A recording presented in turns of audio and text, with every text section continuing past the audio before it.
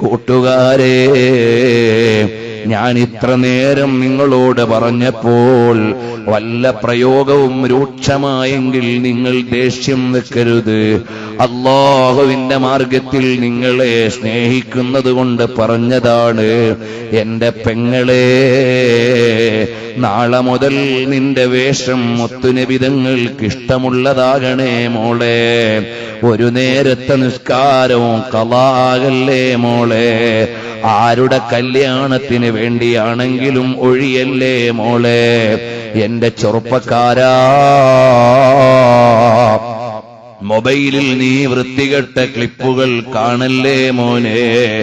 അതിൽ നിന്റെ കണ്ണും കൽബും മയങ്ങല്ലേ മോനെ. നമുക്ക് റസൂലുള്ളാഹിനെ ഒന്ന് കാണണ്ടേ മോനെ. ഹബീബായ സല്ലല്ലാഹു അലൈഹി വസല്ലം തങ്ങളെ ഒരുപാട് തവണയൊന്ന് കിനാവിൽ അനുഭവിക്കണ്ടേ മോനെ. അവസാനം മദീനയിലേക്കൊന്നെത്തണ്ടേ മോനെ. അവിടെ ചെന്നൊന്ന് സലാം പറയുമ്പോൾ ഹബീബായ തങ്ങളത് കേൾക്കുമല്ലോ മോനെ. ഇഷ്ടമുള്ളവർക്ക് അവിടുന്ന് സലാം മടക്കുന്നത് കേൾക്കാമല്ലോ മോനെ.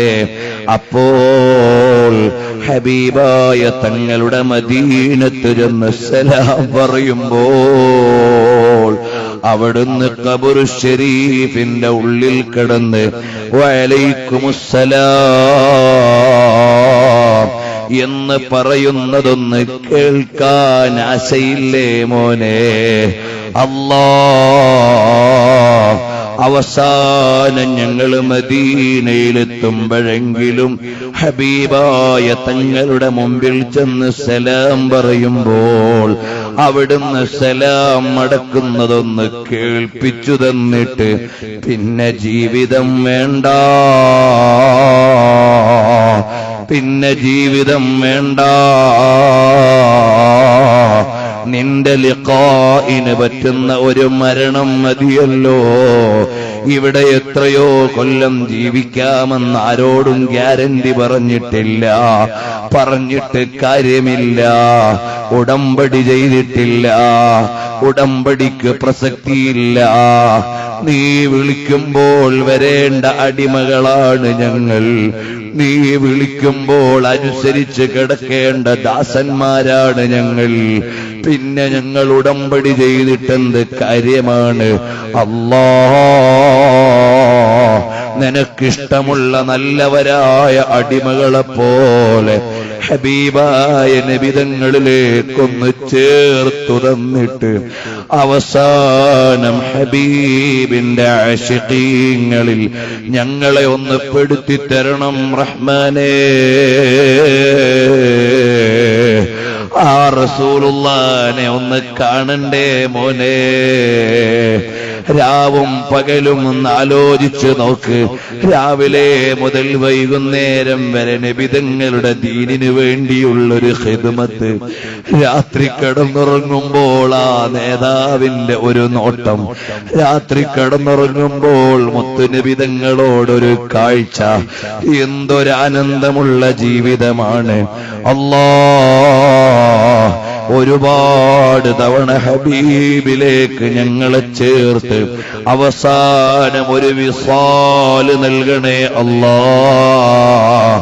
ലോകത്തെ ഏറ്റവും വലിയ ബുദ്ധിയുള്ള ശാസ്ത്രജ്ഞനേക്കാൾ വലിയ ഭാഗ്യവാൻ റസൂലുള്ളാഹിനെ സ്നേഹിച്ചിട്ട് ഭ്രാന്ത് പിടിച്ചുപോയ ആളാണ്. മദീനത്ത് അലഞ്ഞു നടക്കുന്ന ഭ്രാന്തനാണ്. കാരണം എല്ലാ ബുദ്ധിമാന്മാരും സ്വർഗത്തിലെത്തൂല. ഹബീബിനെ ഇഷ്ടം വെച്ച ഭ്രാന്തനും സ്വർഗത്തിലാണ്. ഹബീബിന്റെ ഇഷ്ടിലായി ഞങ്ങളുടെ കൽബിനെ ലയിപ്പിച്ച് വിസാലിന്റെ ഒരു മഖാം ഞങ്ങൾക്ക് കൊതിയുണ്ട്. ആശിക്കാൻ അവകാശമില്ലെങ്കിലും ആശിക്കുകയാണ്. ഔദാര്യവാനായ റബ്ബേ, ഞങ്ങളെ ഒന്ന് ചേർത്തു തരണേ റഹ്മാനേ. എല്ലാ മുഅ്മിനീങ്ങളും ഒന്ന് എഴുന്നേറ്റൊന്ന് അടുത്തേക്ക് നിന്നാൽ ഹബീബിനെ ഒന്ന് പറയാമല്ലോ, റസൂലുള്ളാഹിനെ ഒന്ന് പറയാമല്ലോ. മോനെ, നബി സല്ലല്ലാഹു അലൈഹി വസല്ലം തങ്ങളെപ്പോലെ സൗന്ദര്യമുള്ളൊരു നേതാവ് വേറെയില്ല. എന്തൊരു സൗന്ദര്യമാണ് അവിടുത്തെ കയ്യോ. മാമസിത്തു ദീബാജൻ വലാ ഹരീറ അല്യന മിൻ കഫി റസൂലില്ലാഹ് സല്ലല്ലാഹു അലൈഹി വസല്ലം തങ്ങളുടെ കൈവെള്ള പോലെ മാർദ്ദവമുള്ള ഒരു പട്ടും ലോകത്തില്ല. അവിടുത്തെ മുഖത്തെ പ്രകാശം പോലെ സൂര്യനും പ്രകാശമില്ല, ചന്ദ്രനും പ്രകാശമില്ല. അവിടുത്തെ സ്വഭാവം പോലെ വേറെ ഒരാൾക്കും സ്വഭാവ മഹിമയില്ല. ഇങ്ങനൊക്കെ റസൂലുള്ളാഹിനെ ഇരുന്നങ്ങ് പറയണം. അതാണ് മങ്കൂസ് മൗലിദ്, അതാണ് ശറഫുല്ലന മൗലിദ്, അതാണ് റസൂലുള്ളാഹിന്റെ മദ്ഹ്. അവിടുത്തെ കണ്ണിനെന്തൊരു സൗന്ദര്യമാണ്, എപ്പോഴും സുറുമയിട്ടതുപോലെയാണ്. അവിടുത്തെ പിരികത്തിനെത്ര സൗന്ദര്യമാണ്, അത് നല്ല തിങ്ങിയിട്ട് വളരെ മനോഹരമാണ്.